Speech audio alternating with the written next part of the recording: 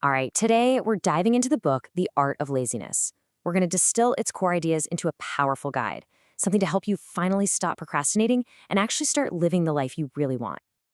So, let's just jump right in with the big, tough question the book forces you to ask yourself. Imagine it. You're 80 years old, and you're looking back on your life. What will you regret? And this isn't just some thought experiment. It's the foundation for literally everything we're about to cover. You see, the book argues that the real problem isn't just laziness. It's something much, much deeper. It's the fear of a life filled with regret. So the stakes here, they're not just about getting one task done. We're talking about the sum total of your entire life. And the book is brutally honest about what these regrets look like. Not doing what you truly love, wasting precious time, forgetting to actually enjoy the journey. Or, and this one hits hard, working your tail off for something that gives you absolutely nothing back. Do any of those sound a little too familiar? So, what's the cure for all this? Well, it all starts with a radical shift in your mindset.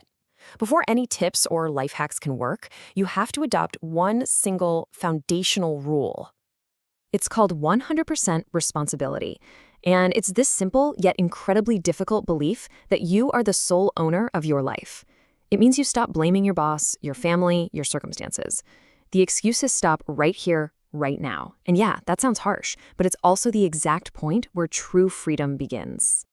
You know, Winston Churchill said it best, the price of greatness is responsibility. You just can't achieve anything meaningful without first accepting that the power and, yeah, the burden is all yours. Now, to really drive this point home, the book lays out a few harsh truths. First one, if you're lazy, it's your fault. Second one, if you're unhappy, it's your fault. Now, I know that's a tough pill to swallow, but think about it. It's also incredibly empowering, because if it's your fault, that means you have the power to change it. And finally, maybe the most crucial point of all, nobody is coming to save you. You can wait around for someone to come help, but you'll be waiting forever. You have to be your own hero. The book tells this great little story to illustrate the point. There's a mother sparrow, and she only moves her family out of a wheat field when she hears the farmer say he's going to harvest it himself. Not his friends, not his neighbors, himself. She knew that only when he took personal responsibility would anything actually get done.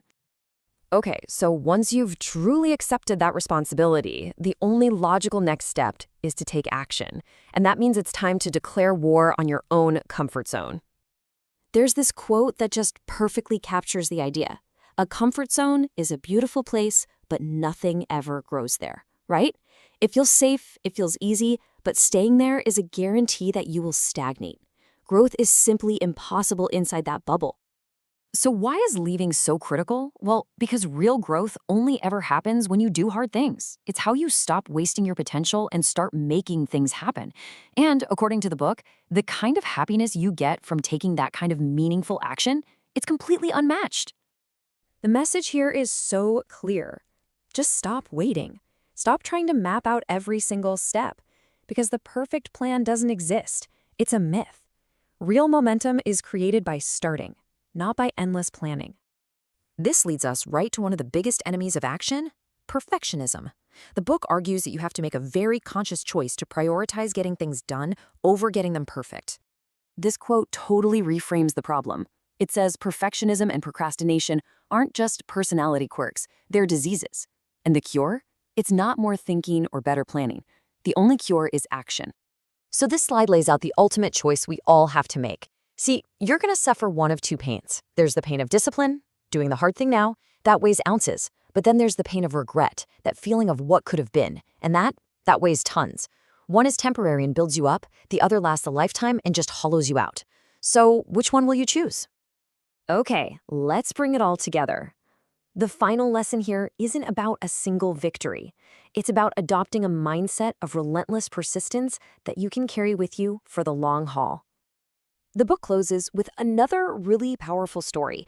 There was a king seeking wisdom, and he asked his advisors for one message that would guide him through the absolute best of times and the absolute worst of times. They came back with a ring, and on it were inscribed 4 simple words. This too shall pass. When his kingdom was under attack and all seemed lost, he read it. And when he achieved a great victory and felt invincible, he read it again. So, what's the real meaning here? It's the ultimate lesson in persistence. When you're winning, don't get complacent because this moment of triumph, it will pass. And when you're failing, don't despair because this moment of trial will also pass. The only thing to do always is to just keep going.